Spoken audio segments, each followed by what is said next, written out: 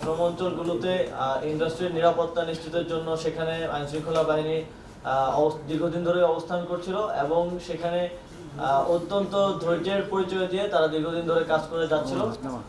কিন্তু আমরা প্রথম থেকেই এই ঘটনাগুলোতে দেখে আসছি যে খুব স্পেসিফিক কিছু মানুষ ইনস্টিগেট করে। গতকালকেও যে ঘটনা ঘটেছে সেটার ফ্যাক্টটা সবার জানার দরকার। একজন শ্রমিক সেখানে নিহত হয়েছে, আমরা তার জন্য এটা খুবই আমরা দুঃখিত এবং সেই শ্রমিকের পরিবারের যাতে ইয়ে করা যায় এবং ক্ষতিপূরণ অলরেডি আপনারা জানেন 13 লক্ষ টাকা ক্ষতিপূরণ ঘোষণা করা হয়েছে আমাদের তরফ থেকে, বিজিএমইএ সরকার এবং মালিক পক্ষের তরফ থেকে। এছাড়াও যারা আহত হয়েছে তাদের চিকিৎসার ব্যবস্থা করা হচ্ছে, সেখানে সিএমএইচে তাদেরকে ভর্তি করানো হয়েছে। গতকালকের ঘটনাটা যেখানে সূত্রপাত হয় মূলত একটা গুজবের ভিত্তিতে সেটা সূত্রপাত হয়েছিল। গুজব ছড়ানো হয়েছিল কারখানাগুলোতে যে আইনশৃঙ্খলা বাহিনী একজনকে রেপ করেছে এবং দুইজনকে খুন করে ডেড বডি ফেলে রেখেছে, এই ধরনের একটা গুজব ছড়ানো হয়েছিল। সেই গুজবের ভিত্তিতে কারখানাগুলো থেকে শ্রমিকদেরকে নামিয়ে আনা হয়েছিল এবং নামিয়ে আনার পরেও সেখানে শ্রমিকরা আইনশৃঙ্খলা বাহিনীর গাড়ি ভাঙচুর সহ আইনশৃঙ্খলা বাহিনীর উপরে হামলা মতো ঘটনা ঘটেছিল। কিন্তু তখনও আইনশৃঙ্খলা বাহিনী যথেষ্ট ধৈর্যের পরিচয় দিয়েছে, কিন্তু শ্রমিকদের মধ্য থেকে কোনো একজন অনুপ্রবেশকারী বা এরকম কেউ গুলি ছুঁড়েছিল। প্রথম গুলিটা শ্রমিকদের ভেতরে থেকে দুষ্কৃতিকারীরা ছুঁড়েছিল এবং সেখান থেকেই মূলত গোলাগুলির সূত্রপাত হয় এবং সেখানে দুঃখজনকভাবে আমাদের একজন শ্রমিক নিহত হন এবং আরও 7 জনের মতো আহত অবস্থায় এখন চিকিৎসারত অবস্থায় আছেন। আমরা তাদের চিকিৎসার দেখভাল করছি এবং আইনশৃঙ্খলা বাহিনীরও 13 জন চিকিৎসারত অবস্থায় আহত অবস্থায় আছেন। উচ্চ পর্যায়ের অফিসারও খুব বাজেভাবে আহত হয়েছেন, তার মাথায় আঘাতপ্রাপ্ত হয়েছে।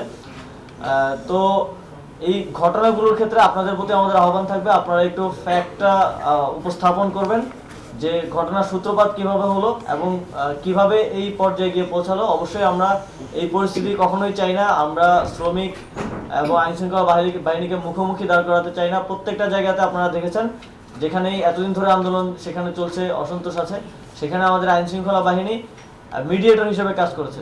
মালিকদের সাথে কথা বলে কিভাবে আসলে বেতনটা আদায় করে দেওয়া যায় বা সেই মিডিয়েটর হিসেবে আসলে কাজ করেছে।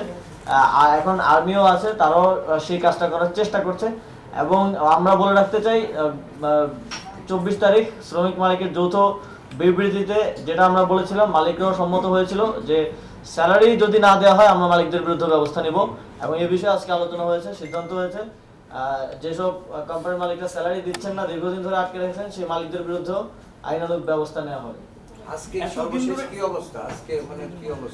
আজকেও দুই তিনটা কারখানায় স্যালারি করার কারণে, বকেয়া বেতনের কারণে শ্রমিকরা সেখানে বাইপাইলে অবরোধ করেছে, আমরা জানতে পেরেছি। আমরা সেই কারখানার মালিকদেরকে খুঁজছি, কিন্তু দুঃখজনক হচ্ছে তারা পলাতক অবস্থায় আছে। তাদের অধিকাংশেরই হচ্ছে ব্যাংকেও প্রচুর পরিমাণে ঋণ আছে, তো তাদেরকে আমরা খুঁজে পাচ্ছি না। খোঁজার চেষ্টা করছে আইনশৃঙ্খলা বাহিনী। আমরা দ্রুতই তাদেরকে আইনের আওতায় এনে জবাবদিহিতার আওতায় অবশ্যই আনবো যে কেন তারা বেতনটা বকেয়া রাখছে, যেটার কারণে আসলে একটা অসন্তোষের পরিস্থিতি তৈরি হচ্ছে। মানুষ মারা সেই একই কায়দার পুনরাবৃত্তি এখনো চলতেছে, গুণগত পার্থক্যটা কি হচ্ছে? দেখেন, গুলিটা আমি তখনই বললাম এবং আপনারাও যারা ফিল্ডে তখন ছিলেন, আপনাদের সহকর্মীরা, আপনারা হয়তো জানতে পারবেন, গুলিটা এসেছিল শ্রমিকদের ভেতরে অনুপ্রবেশ করা কারো পক্ষ থেকে এবং ইতিমধ্যেই তাদেরকে শনাক্ত করা হয়েছে এবং তাদেরকেও আইনের আওতায় আনার ব্যবস্থা নেওয়া হচ্ছে।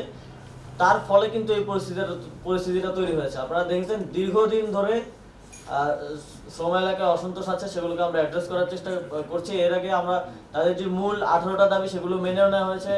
ইভেন আমরা অনেকগুলো ক্ষেত্রে বাস্তবায়নের দিকেও চলে গেছি। টিসিবির সাথে আলোচনার ভিত্তিতে রেশন দেওয়া শুরু হয়ে যাচ্ছে। কিন্তু এই যে একটা গুজব ছড়িয়ে যে শ্রমিকরা এসেছেন, তারা তো একটা গুজবের ভিত্তিতে আসলে এসেছেন।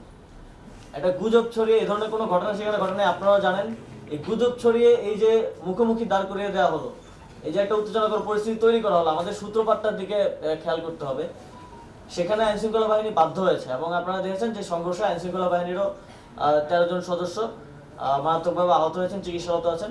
এবং শ্রমিকদের মধ্যে যারা আহত এবং চিকিৎসারত আছেন তাদের চিকিৎসারও আমরা দায়িত্ব নিয়েছি এবং যিনি নিহত হয়েছেন আমাদের সেই সমবেদনা আছে এবং আমরা সরকারের পক্ষ থেকে ক্ষতিপূরণের ব্যবস্থা করছি। এর ফলে পাড়া ছড়াচ্ছে, আপনারা কি আপনার এজেন্সিগুলো কি হ্যাঁ অলরেডি আইডেন্টিফাই করে গুজবটা যারা ছড়িয়েছে এবং শ্রমিকদের ভেতর অনুপ্রবেশ করে যারা গুলি করেছে তাদেরকে আইডেন্টিফাই করা হচ্ছে, কিছু আইডেন্টিফাই করা হয়েছে, তাদেরকে আমরা আইনের আওতায় নিয়ে আসবো। এখন রপ্তানি কমে যাচ্ছে আমরা দেখছি, এই এতদিন ধরে চলছে, আপনারা 18 দফা মেনে নেওয়ার কথা বললেন, মালিকরাও মেনে নেওয়ার কথা বললেন, কিন্তু মালিকরাও অনেকে আবার এটা বিপক্ষে ছিল। তাহলে যারা মেনে নিচ্ছে না তাদের বিরুদ্ধে আপনারা কোনো ব্যবস্থা নেবেন না? কতদিনের ভিতরে এই সমাধান হবে? রপ্তানি তো কমে যাচ্ছে। সবাইকে আসলে তাদের দায়িত্বটা পালন করতে হবে। যেই যৌথ বিবৃতিটা এসেছে সেখানে আপনারা জানেন মালিক পক্ষ শ্রমিক পক্ষ উভয় পক্ষ কিন্তু স্বাক্ষর করেছে। তো স্বাক্ষর করার পরেও মালিক পক্ষ থেকে যারা সেই দায়িত্বটা পালন করছে না, সেই দাবিগুলো বাস্তবায়ন করছে না, তাদের বিরুদ্ধে আমরা তখনই বলেছিলাম তাদের বিরুদ্ধে আইনানুগ ব্যবস্থা নেওয়া হবে। এবং শ্রমিক পক্ষের থেকেও যারা স্বাক্ষর করে গিয়েছিলেন তারা যদি কোথাও তাদের দায়িত্বের ব্যত্যয় ঘটে সেক্ষেত্রেও আমরা তাদের সাথে কথা বলবো, এই জবাবদিহিতাটা আমরা নিশ্চিত করব। সবগুলো দাবি অ্যাড্রেস করা হয়েছে, কোনোটাই অ্যাড্রেস করার বাইরে নেই এবং শ্রম আইনের ভিত্তিতেই তো আমাদের আসলে এই সমস্যাগুলো সমাধান করতে হয়। আমরা তো আইনের বাইরে গিয়ে কিছু করতে পারবো না, এটা শ্রমিক পক্ষ মানে এটা মালিক পক্ষ মানতে হবে। তো এর ভিত্তিতেই আমরা এটার সমাধানের পথ খুঁজছি এবং প্রতিদিনই আমরা এটা একটা ফায়ার ফাইটিং এর মতো সিচুয়েশন হয়ে আছে, প্রতিদিনই আমরা সমাধান করার চেষ্টা করছি। কিন্তু এইটা বাস্তবায়নের জন্য শুধু সরকার না, মালিক পক্ষ শ্রমিক পক্ষ সবাইকে দায়িত্ব নিতে হবে। আচ্ছা, আমার একটা জিনিস জানার বিষয় হচ্ছে যে আপনি বলেছেন যে 13 জন আহত হয়েছে আইন শৃঙ্খলা বাহিনীর সদস্য। 13 জনের যারা অনুপ্রবেশকারী যে গুলি করেছে, এই 13 জনের মধ্যে কি গুলিবিদ্ধ আছেন নাকি তার বেশি আহত হয়েছে? যেহেতু গুলি করেছে শ্রমিকদের